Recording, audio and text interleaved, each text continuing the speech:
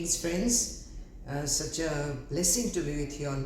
And I'm reading from God's Word, Gospel according to St. John, chapter 11 and verse 21. Then said Martha unto Jesus, Lord, if thou hadst been here, my brother had not died. This takes me back to a few years when our second grandkid was participating in the school sports, and that morning it was a Sunday and we were to rush to the church, so we took little time off, went earlier and went there where she was to participate.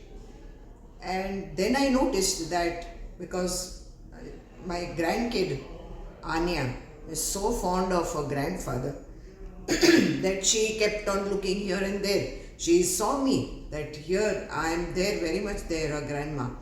But she kept on looking for her grandpa. And she was so disturbed and she kept on seeing that, okay, where is he, where is he? And this brought to my mind that it is his very presence and her tremendous faith in her grandfather, that's my husband, that she would perform in an excellent way. And by the time he came, the coach had already asked them to stand in order with the other students, who were taking part in the race. And she, for the last time, she looked on to the galleys, and then she was quite disturbed because yet my husband had not come from the parking lot. And then the race began.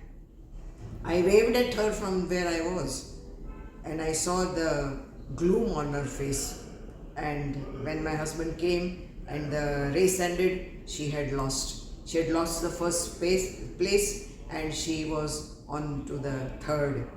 And then this reminded me of the scripture where Martha is telling the Lord Jesus that, Lord, if you had been here, that's where Martha and Mary and Lazarus lived. That, Lord, if you had been here, then my brother had not died. Look at the faith that she is placing in the Lord Jesus Christ. That only His presence, only the presence of the Lord would have saved her brother. That she didn't say what disease and what all had happened to him, nothing. Only the very presence of the Lord Jesus Christ would have saved her brother.